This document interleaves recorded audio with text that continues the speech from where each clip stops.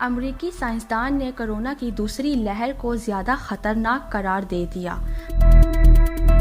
अमेरिकी साइंसदान ने खबरदार किया है कि अमेरिका में कोरोना वायरस की दूसरी लहर ज़्यादा खतरनाक हो सकती है।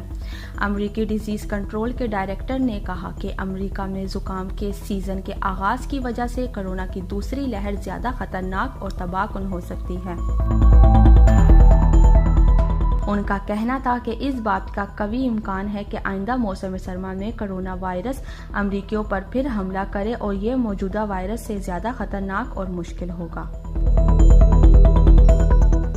अमेरिका में कोरोना वायरस ज़ुकाम के आम सीज़न में आया जो खुद निज़ाम सेहत पर दबाव डाल सकता है, और अगर एक साथ दो वबाएं अपनी बुलंद सतह पर हों तो ये सेहत के निज़ाम के लिए इंतहाई ख़राब होता है। वाज़े रहे कि अमेरिका में 8 लाख से ज़ायद कोरोना के मुसद्दक़ा केसेस हैं और तकरीबन 45,000 से ज़ायद अफराद हलाक हो चुके हैं। नौशीन, sportsstory.news।